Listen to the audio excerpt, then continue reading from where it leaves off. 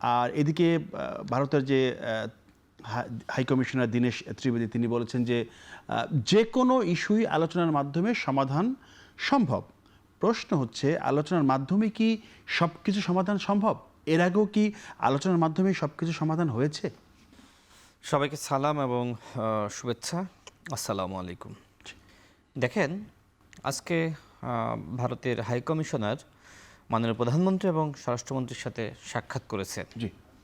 এবং এর আগে যে সময় আওয়ামী লীগের ফ্যাসিস্ট প্রধানমন্ত্রী বা তাদের মন্ত্রীদের সাথে সাক্ষাৎ তারা করতেন, মানে তাদের হাই কমিশনার, সেই সময়কার যে সাক্ষাতের চিত্রগুলো, পায়ের উপর পা রেখে এক ধরনের দাদাগিরি দেখানো, মানে আমি বড় আপনি ছোট, এখন সেই আচরণটা আসলে লক্ষ্য করা যাচ্ছে না। আমাদের সৌরভ ভাই আরও বিশ্লেষণ করবেন এই বিষয়ে আশা করি। আচ্ছা, এখন মনে হচ্ছে যে ভারত আগে যে ধরনের আচরণ আওয়ামী লীগের সাথে করার সুযোগ পেয়েছে, আওয়ামী লীগের বিশেষ করে ভোট নিয়ে ভারতের সহযোগিতা বা ভারতের সহযোগিতায় ক্ষমতায় থাকা, তো নানান কারণে এক ধরনের দুর্বলতার জায়গা থেকে আসলে ভারত ওই ধরনের আচরণ করার সুযোগ পেয়েছে। আর বিএনপি জনগণের ভোটে ক্ষমতায় এসেছে, সুতরাং বিএনপির সাথে ওই ধরনের আচরণ করার সুযোগ নাই। অর্থাৎ আমাদের বিএনপি সরকারের মন্ত্রীরা বা আমাদের মাননীয় প্রধানমন্ত্রী তারা কিন্তু ভারতের সাথে যে কূটনৈতিক ভাষায় কথা বলছে সেটি হলো সবার আগে বাংলাদেশ। তুমি আগে আমার স্বার্থকে প্রাধান্য দাও, আমি তোমার সাথে সম্পর্ক রাখবো, সমতার ভিত্তিতে সম্পর্ক চাই। এক্স্যাক্টলি। কিন্তু আমরা তো আসলে ভারতের সাথে এর আগে সমতা, ন্যায্যতা এবং মূল্যবোধের ভিত্তিতে আমরা আসলে সম্পর্ক লক্ষ্য করি নাই। আমরা দেখেছি 16 বছর কিভাবে নতজানু সম্পর্ক। এর কারণও আছে, কারণ প্রণব মুখার্জি তার বইয়ে উল্লেখ করে গেছে কিভাবে আওয়ামী লীগকে 2008 সালের 30 ডিসেম্বরের ইলেকশনে ক্ষমতায় বসিয়েছে। সুতরাং আওয়ামী লীগের সেই কৃতজ্ঞতা আছে এবং ভারতও আওয়ামী লীগের প্রতি সেই ধরনের কৃতজ্ঞতা প্রকাশ করেছে শেখ হাসিনাকে আশ্রয় দেওয়ার মধ্য দিয়ে। দেখেন, আজকে যেখানে সরকারের পক্ষ থেকে স্পষ্ট জানিয়ে দেওয়া হয়েছে যে শেখ হাসিনাকে বাংলাদেশে ফেরত পাঠাতে হবে এবং শহীদ উসমান হাদির খুনিদেরকে বাংলাদেশে ফেরত পাঠাতে হবে, এটা ঠিক বলা সেই হয়েছে। সময় জি। একটি চক্রান্ত আমার কাছে মনে হয়েছে যে এনটিআরসির মাধ্যমে যে শিক্ষক নিয়োগ দেওয়া হয় সেটি নিয়ে এক ধরনের গুজব রটিয়ে দেওয়া হয়েছে। এই যে ভারতের চোখে চোখ রেখে এক ধরনের মানে মর্যাদার জায়গা থেকে কথা বলা, সাহসের সাথে কথা বলা, এবং এটি নিয়ে যে সময় বিএনপি সরকার এবং আমাদের মাননীয় প্রধানমন্ত্রী, আমাদের স্বরাষ্ট্রমন্ত্রী যখন প্রশংসায় ভাসছে, সে সময় আমরা দেখলাম যে দুই একটি জামাতপন্থী গণমাধ্যম এবং শিবির তারা এমন একটি গুজব রটালো যে শিক্ষক নিয়োগ দেওয়া হবে সেই আগের পদ্ধতিতে, ম্যানেজিং কমিটির। এক্স্যাক্টলি, ম্যানেজিং কমিটির মাধ্যমে। দেখেন, কিন্তু এটা তো হচ্ছে আজকের না। এই দিনটি কিন্তু বাংলাদেশের ইতিহাসে খুবই গুরুত্বপূর্ণ। হ্যাঁ। কারণ প্রধানমন্ত্রীর সাথে ভারতীয় হাইকমিশনার সাক্ষাৎ করেছে, সেখানে সরকারের পক্ষ থেকে স্পষ্ট বার্তা দেওয়া হয়েছে শেখ হাসিনাকে বাংলাদেশে ফেরত দিতেই হবে। তোমাদের সাথে আমাদের সম্পর্ক থাকবে, সম্পর্ক করতে চাই ন্যায্যতার ভিত্তিতে, সমতার ভিত্তিতে, কিন্তু শেখ হাসিনাকে ভারতে রেখে শেখ হাসিনাকে সেখানে সাংবাদিক সম্মেলন করার সুযোগ দিবা, সেটা আমরা মানব না।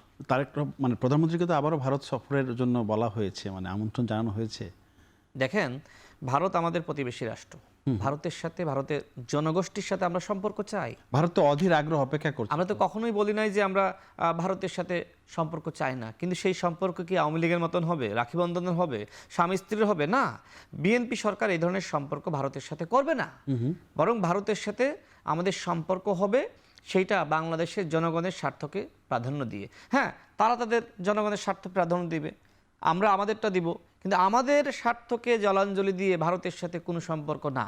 এবং এই নীতিতে কিন্তু আমাদের সরকার এগিয়ে যাচ্ছে এবং ভারত মুখিয়ে আছে। হ্যাঁ, আমাদের মাননীয় প্রধানমন্ত্রীকে ভারত আমন্ত্রণ জানিয়েছে। দেখেন, আমাদের মাননীয় প্রধানমন্ত্রী ইতিমধ্যে তিনি চীন সফর করেছেন, মালয়েশিয়া গিয়েছেন। সুতরাং যদি প্রয়োজন হয় জনগণের স্বার্থ নিয়ে, জনগণের যে সমতা, ন্যায্যতার সম্পর্ক, সেটি নিয়ে যদি কথা বলার জন্য ভারতে যাওয়ার প্রয়োজন হয়, যাবে, কিন্তু সেটি আসলে বাংলাদেশের জনগণের স্বার্থকে বিকিয়ে দিয়ে নয়।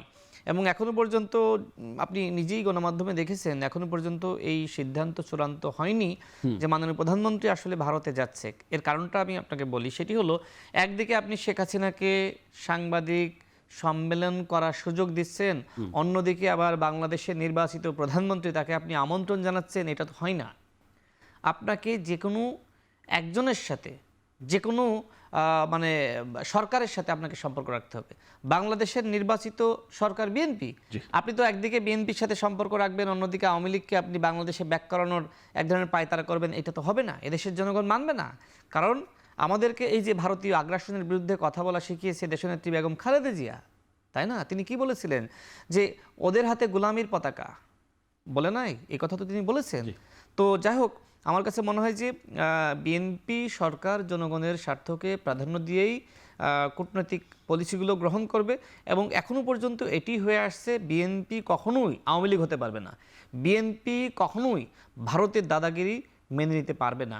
দেখবেন যে এই যে নির্বাচনের আগে আমাদের মাননীয় প্রধানমন্ত্রী নিজেই কিন্তু তিনি কি বলেছেন যে দিল্লি নয়, পিন্ডি নয়, সবার আগে বাংলাদেশ।